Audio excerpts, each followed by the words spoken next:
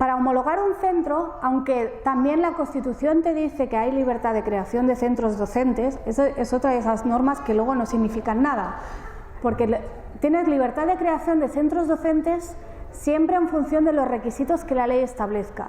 Y la ley establece tantos requisitos para crear una escuela que al final es prácticamente imposible crear una escuela un poco diferente de las que ya hay. Y para montar otra como las que ya hay, pues no la hacemos, nadie se molesta en hacer eso. Entonces, por eso la mayoría de las escuelas libres no son legales en España, porque es difícil llegar a cumplir todos los requisitos que te exigen. En parte por motivos económicos también, porque es carísimo hacer un edificio como el que te piden, por ejemplo. Y aparte el tema burocrático. Por eso lo que pasa es que todas las familias que están en proyectos de educación libre individualmente están en la misma situación que el que es homeschooler, que es el que simplemente educa en casa. A nivel jurídico es lo mismo. Tú tienes un niño que no va a una escuela presencial homologada por el Estado. Punto.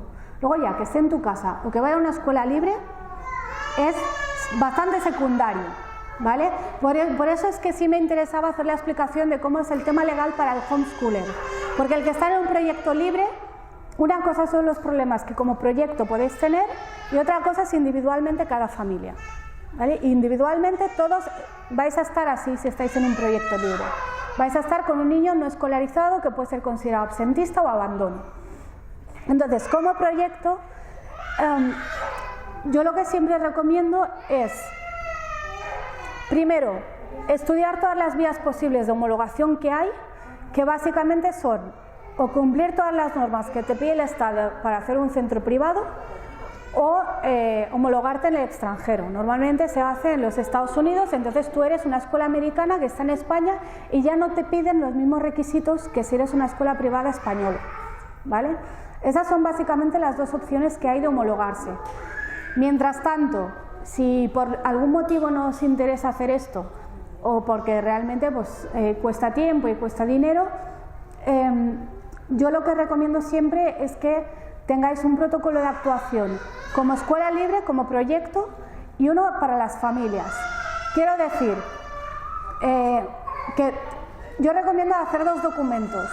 Uno es un portafolio de cada niño, que tanto lo puede hacer el centro como lo puede hacer cada familia a su manera, como quieran, para que si un día una familia tiene una denuncia pueda presentar ese portafolio, porque ese es, digamos que es traducir lo que tú haces a un lenguaje que la administración pueda entender y admitir, ¿vale?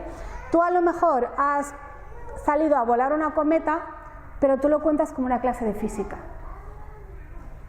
porque tienes que calcular la longitud del hilo, la velocidad del viento, no sé qué, y aparte de educación física también, porque has salido a correr con la cometa.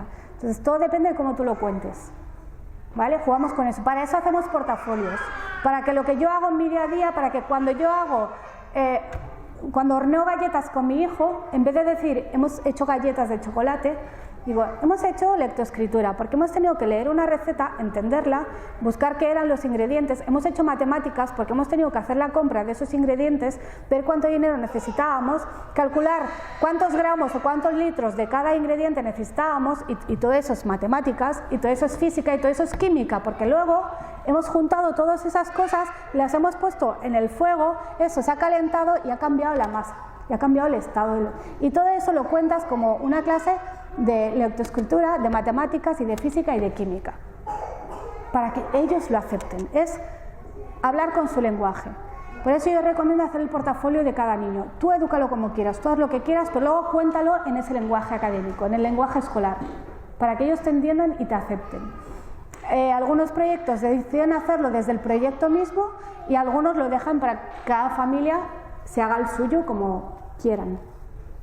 Y el otro documento es un dossier informativo sobre lo que es la educación libre y sobre también la situación legal de la educación libre. Yo, por ejemplo, recomiendo incluir los estudios estos sobre la socialización, que hay uno hecho en Canadá y otro hecho en Estados Unidos, que en España de momento no tenemos, porque somos pocos y la mayoría todavía no son adultos.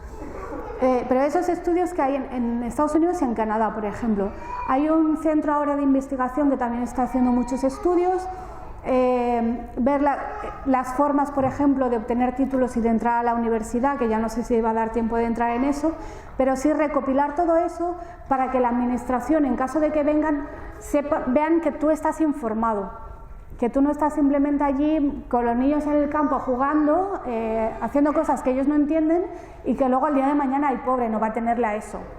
Pues que vean que tú tienes un dossier con información sobre la situación legal, sobre qué formas hay de sacarse los títulos, qué formas hay de acceder a la universidad, sobre cómo está la situación en otros países. Incluir, por ejemplo, en España tenemos ya 3 tesis doctorales sobre este tema, pues incluir extractos de esas tesis doctorales, porque eso también es algo que la administración entiende bien, el decir, bueno, le da otra importancia si un tema se está estudiando académicamente en la universidad. O sea, hay doctorados sobre este tema, hay 3 doctorados sobre este tema, eso ya le da otro caché al tema. Luego es lo mismo, pero para ellos no es lo mismo. Entonces, coge extractos de esas tesis, coge extractos de los informes de los defensores del pueblo. Ha habido, me parece que son 5 ya defensores del pueblo que se han pronunciado a favor de la educación en casa y que han pedido a sus parlamentos respectivos, uno era el nacional, pero otros eran autonómicos, eran La Rioja, el País Vasco, Andalucía, no recuerdo cuál más, y han pedido a sus parlamentos que se posicionen de alguna manera sobre la educación en casa. Ellos recomiendan que a favor, pero el Parlamento puede hacer lo que quiera, pero les piden que no lo dejen como está ahora, que es como un limbo legal, que es una lotería, que nadie controla esto, que nadie sabe si se puede o no se puede, y hay familias que pueden y otras que son obligadas a escolarizar. Entonces, coger esos informes, porque realmente tienen párrafos muy buenos, y normalmente el que venga de la policía local o de la inspección educativa o de donde vengan va a tener mucha menos información que la que tú puedas recopilar en ese dossier. Que pueden tener copia las familias también. A mí me parece muy importante que las familias tengan copia de ese dossier, pero como proyecto tener esto, tener el proyecto pedagógico del proyecto bien redactado, dándole una forma correcta desde el punto de vista pedagógico, y tener el portafolio de cada niño y el dossier informativo.